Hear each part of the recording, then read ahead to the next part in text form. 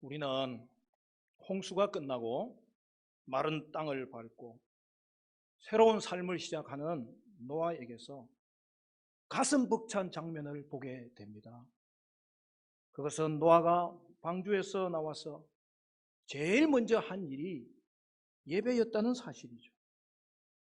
1년 동안 방주 안에 갇혀 지내다가 밖으로 나오면 여러분은 가장 먼저 무슨 일을 하고 싶으십니까? 먹을 음식을 찾아다니겠습니까? 집을 먼저 짓겠습니까? 밝은 태양 아래 놀이를 즐기시겠습니까? 그렇게 해도 잘못은 아닙니다. 그러나 노아는 훨씬 더 좋은 것을 택하였습니다.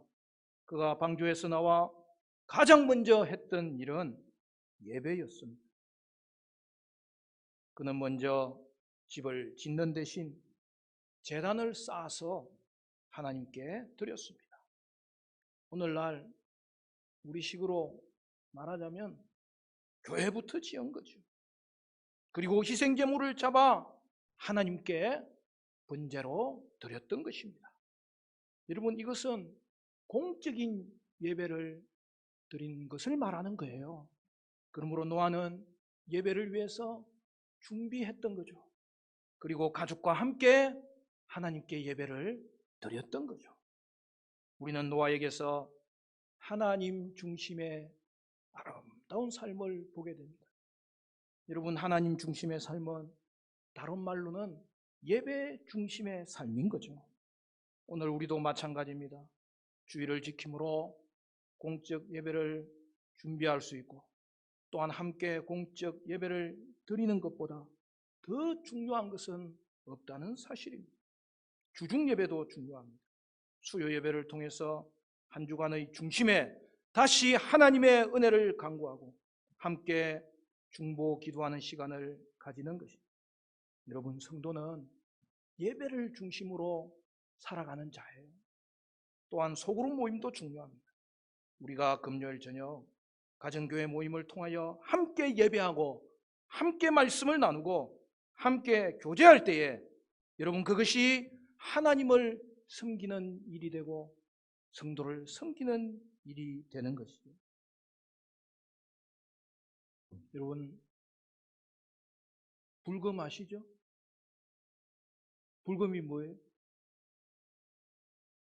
불타는 금요일. 한 주간 열심히 일하다가 금요일 저녁은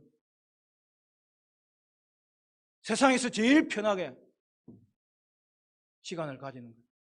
그런데요, 여러분, 우리 화정추행교회 성도님들은 가정교회 모임이 불금이 되었으면 좋겠어요. 그 시간을 우리가 소급으로 모일 때에 여러분, 하나님의 말씀을 나누는 것을 통하여서 우리는 공동체를 누릴 수 있고 또한 변화받을 수 있는 거예요. 또한 여러분, 교회 안에서도 소그룹으로 모여야 합니다. 특별히 우리 청년들은 바라기는 주일에 예배와 소그룹에 반드시 참석하기를 바라요. 여러분, 이를 통해서 하나님을 만나고 성도가 지체끼리 교제할 수 있어야 되는 거죠. 노아는 방주 안에서도 예배를 드렸을 것입니다. 예배하면서 기다린 거죠. 기다리면서 기도했던 노아, 그리고 마침내 새로운 날을 시작하자마자 다시 예배함으로 새로운 날을 시작하는 노아. 여러분, 이 얼마나 완벽한 성도의 삶의 그림입니까? 여러분, 이것이 인생을 사는 우리 모두의 삶의 모습이 아니겠습니까? 여러분, 믿음으로 기다리면 하나님의 때에 반드시 새로운 날을 주십니다. 아무리 홍수가 길어도 반드시 끝이 있습니다. 하나님이 우리를 기억하시기 때문입니다. 그리고 새로운 날을 주실 때 하나님의 은혜를 고백하며 예배로 시작하는 삶, 여러분, 이것이 성도의 아름다운 삶의 모습인 것이죠. 저는 우리 화정충인교회 모든 성도님들이 이런 예배 중심의 삶을 살아가는 은혜가 있게 되시기를 간절히 축원합니다. 물론 삶의 예배도 확장되어야 되는 거죠. 이렇게 온전한 예배자의 삶을 사는 성도를 볼 때에 얼마나 기쁜지 모릅니다. 여러분, 우리가 예배하는 자리에 모일 때에 서로를 보면서도 기뻐하는데 우리 하나님께서 얼마나 기뻐하시겠습니까? 여러분, 예배의 자리는요, 좀 피곤해도 무조건 와야 되는 자리예요. 졸더라도 여러분 와야 되는 자리예요. 아버지의 품이 얼마나 편안하면 여러분 졸겠습니까? 여러분, 우리의 삶은 예배 중심의 삶이 되어야 되겠는데 우리가 하나님 앞에 나와서 예배할 때에 때로는 졸더라도 잠시 깨어서 듣는 한마디의 말씀이 우리를 살리고 우리를 회복시키고 주님께 의지하는 복된 삶을 이어갈 수 있게 하는 비결이 되는 거예요. 오늘 본문 20절, 21절 우리 같이 읽을까요? 20절, 21절 말씀 다 같이 시작. 노아가 여호와께 제단을 쌓고 모든 정결한 짐승과 모든 정결한 새 중에서 제물을 취하여 번제로 제단에 드렸더니 여호와께서 그 향기를 받으시고 그 중심에 이르시되 내가 다시는 사람으로 말미암아 땅을 저주하지 아니하리니 이는 사람의 마음이 계획하는 바가 어려서부터 악함이라 내가 전에 행한 것 같이 모든 생물을 다시 멸하지 아니하리니. 여러분, 예배자의 삶이 가장 아름답고 복된 삶입니다. 하나님은 노아의 예배를 기쁘게 받으셨고 그에게 축복하셨습니다. 다시는 사람으로 말미암아 땅을 저주하지 않겠다고 약속하신 것이죠. 생명 보존의 축복을 허락하신 것이죠. 노아는 방주에서 나온 후 제일 먼저 제단을 쌓고 제물을 취하여 번제를 드렸습니다. 그리고 하나님은 그 향기를 받으셨습니다. 오늘 본문에 여러분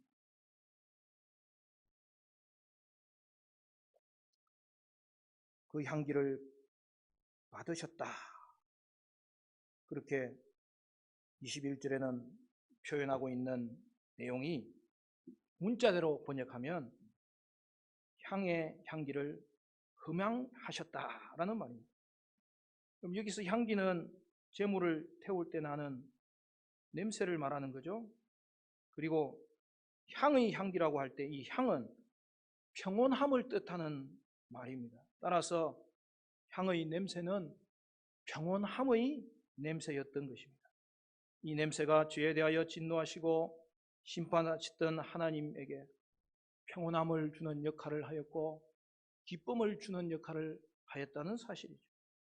우리가 흠향한다는 것은 냄새를 맡는 걸 의미하는데 더 깊은 뜻은 하나님께서 그 냄새를 평온함 가운데 즐기셨다는 것을 말하는 거예요.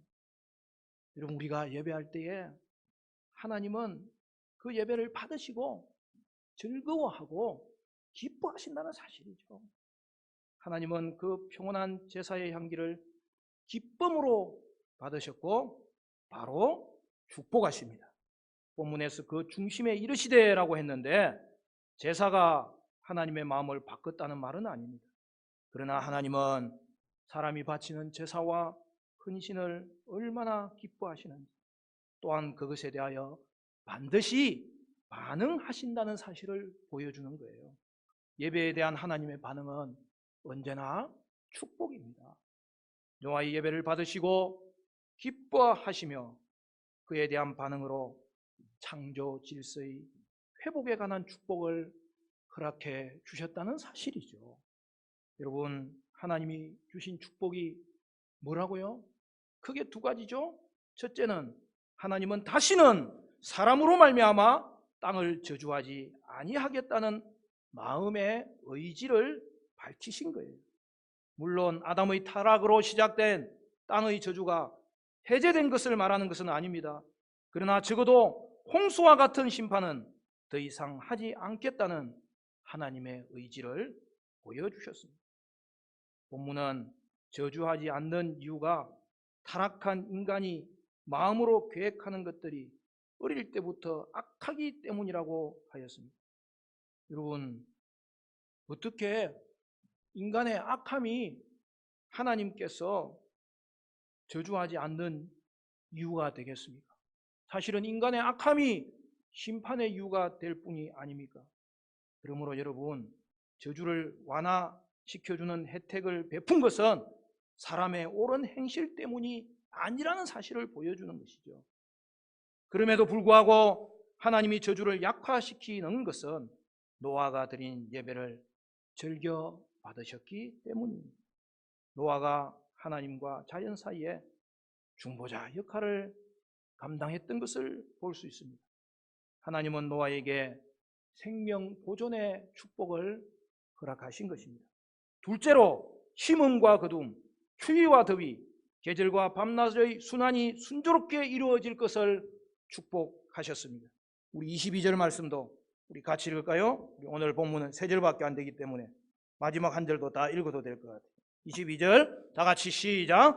땅이 있을 동안에는 심음과 거둠과 추위와 더위와 여름과 겨울과 낮과 밤이 쉬지 아니하리라.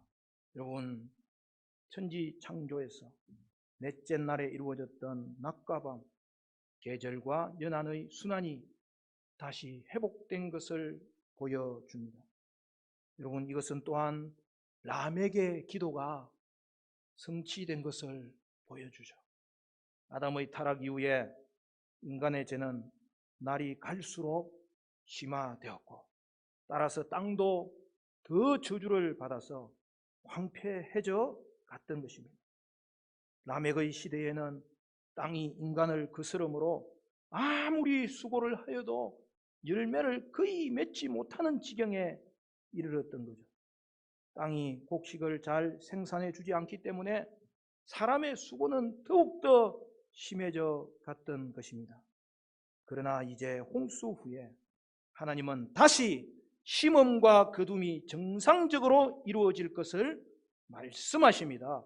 그러므로 하나님의 축복은 단지 홍수 이전으로 되돌리는 것이 아니라 창조시 주신 축복으로 회복시켜 주신 것을 확인할 수 있습니다. 홍수 심판 이후에는 하늘의 창에서 물이 쏟아져 내리므로 이제 여러분, 궁창 위에 물층이 없어져서 온화했던 지구는 추위와 더위가 더욱 심해지는 전 지구적 기후 변화를 겪게 될 것입니다. 그럼에도 불구하고 하나님의 축복이 있음으로 말미암아 땅에서는 순조로운 수확과 계절의 순환이 이루어질 것을 말씀하고 있습니다. 홍수로 땅이 파괴되고 창조 질서가 역행되었지만 이러한 기후 변화에도 불구하고 그 이후의 결과는 놀라울 만치 땅이 이전보다 더 나아진 모습을 갖게 된 사실을 확인하는 거죠. 사랑하는 여러분, 심음과 거둠이 있겠다는 하나님의 축복이 노아에게 주어졌습니다. 그리고 그것은 라멕이 아들 노아를 통하여서 이루어지기를 바랬던 것으로 라멕의 기도가 응답된 것을 보여주고 있는 것입니다. 또한 이는 하나님을 향한 노아의 예배에 하나님은 축복하신 결과임을 확인할 수 있습니다. 사랑하는 성도 여러분, 예배는요 그 자체가 축복이에요.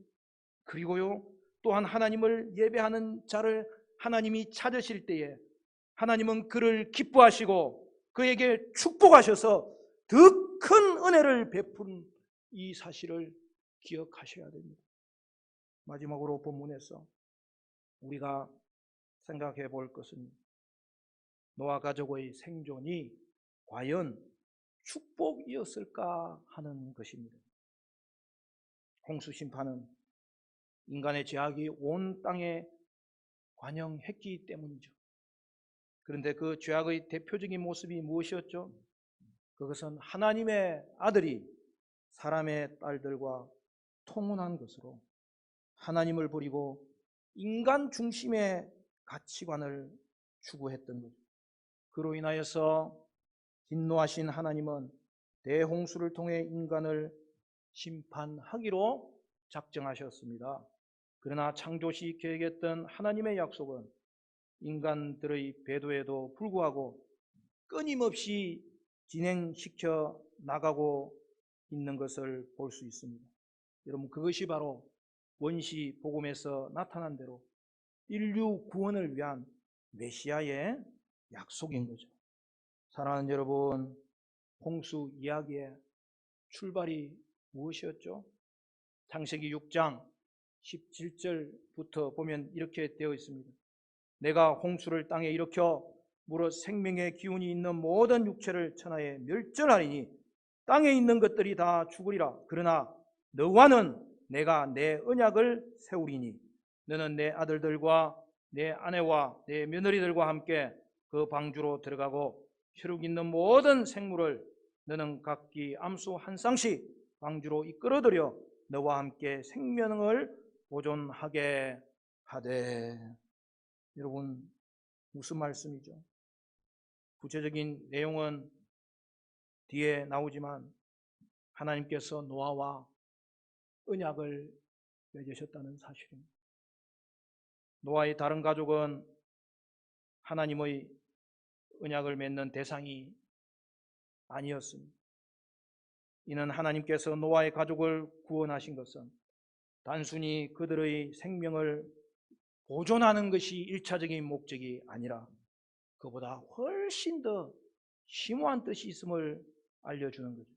하나님께서 노아와 그의 가족을 방주에 함께 타도록 했던 것은 노아를 통해서 하나님의 언약을 구체화시키기 위해서였던 거죠. 노아의 가족들에게 생명을 보존시켜 주기 위한 것이 주된 목적이 아니었다는 것입니다. 따라서 그 언약은 노아와 그의 가족을 위한 것이 아니라 하나님 자신의 계획을 이루어 가시는 내 언약이라고 말씀하셨던 것입니다. 노아 언약의 중심에는 하나님의 영원한 계획이 계시되고 있었습니다. 그러므로 노아와 그 가족은 하나님의 뜻을 바르게 깨달아야만 했습니다. 하나님의 진정한 의도를 알지 못하면 이 세상에서 좀 더 오래 살 수 있도록 수명을 연장해 주신 것이 마치 하나님의 은혜인 양 오해하게 됩니다. 만일 그렇게 되면 그들은 하나님께 이렇게 기도할 것입니다. 하나님, 다른 사람들이 다 홍수에 빠져 죽을 때에도 특별히 우리 가족의 생명을 구해 주셔서 감사합니다. 우리는 이 기도에서 형식상 잘못을 찾아볼 수가 없죠. 그러나 그 기도는 하나님의 뜻보다 자기들의 삶에 초점을 맞춘 것이죠. 자신의 인생에 맞추어진 그 기도는 올바른 기도가 아닌 것입니다. 그러므로 노아와 그 가족의 기도는 이러해야 했습니다. 하나님, 인간이 하나님을 떠나 자기를 위해 살고자 하는 것이 얼마나 큰 죄인지를 깨닫습니다. 우리 가족을 남기셨사오니 하나님께서 이룩하고자 하는 하나님의 뜻을 이루어 가기를 원합니다. 하나님께서는 노아 가족을 통하여서 메시아를 보내고자 하시는 그의 뜻을 진행시키고 계셨던 것입니다. 대홍수의 심판을 통해 이 세상의 모든 인간들이 죽었습니다. 단지 노아와 그의 가족만 살아남았습니다. 물론 그것도 놀라운 은혜죠. 하지만 그것은 그들이 생명이 연장되었음으로써 설명되는 은혜는 아닌 것입니다. 그 은혜는 메시아를 보내시고자 하는 하나님의 궁극적인 은혜였습니다. 그것은 노아 가족에게만 해당되는 은혜가 아니요. 오늘날 우리를 포함한 모든 하나님의 자녀에게 주어진 은혜였죠. 그러므로 사랑하는 여러분, 하나님이 노아와 그의 가족의 생명을 구하셨던 것은 단지 그들에게만 은혜를 주시려는 것이 아니라 오늘날 저와 여러분을 위해서 주신 은혜와 반드시 연결되어 있다는 사실이죠. 그러므로 노아 가족이 그 가족의 생존은 메시아의 계획을 이루기 위함이고 또한 노아 가족이 그 메시아를 믿게 하기 위한 생존이었던 것입니다. 홍수에서 구원받아 더 오래 산 것이 사실은 큰 의미가 없습니다. 여러분 이왕에 죽는 인생이라면 언제 죽어도 괜찮은 거예요. 몇 년 더 살면 어떻고 몇 년 미리 죽으면 그것이 무슨 대수겠습니까? 여러분 장수가 복이 아니라 여러분 메시아를 믿는 것이 복이에요. 생존이 복이 아니라 생존을 통하여서 하나님 만날 기회를 얻고 그리하여 구원받아 하나님을 예배할 수 있게 된 것이 복인 거예요. 사랑하는 여러분, 생존의 목적은 구원입니다. 구원의 목적은 예배인 것입니다. 따라서 여러분, 하나님 없이 오래 사는 것은 결코 축복이 아니에요. 여러분 예배 없이 오래 사는 것은 결코 축복이 아니에요. 진정한 하나님의 복은 메시아를 보내시고자 자기 백성을 위해서 지속적으로 일하시는 하나님의 은혜가 그냥 복인 거예요. 그러므로 여러분 하나님의 은혜를 고백하며 예배하는 것이 놀라운 축복이고 그리하여 하나님의 뜻을 이 땅에 드러내는 것이 진정한 축복임을 믿으시기를 축원합니다. 그것을 어떻게 알 수 있을까요? 여러분 노아의 홍수 사건은 마지막에 어떻게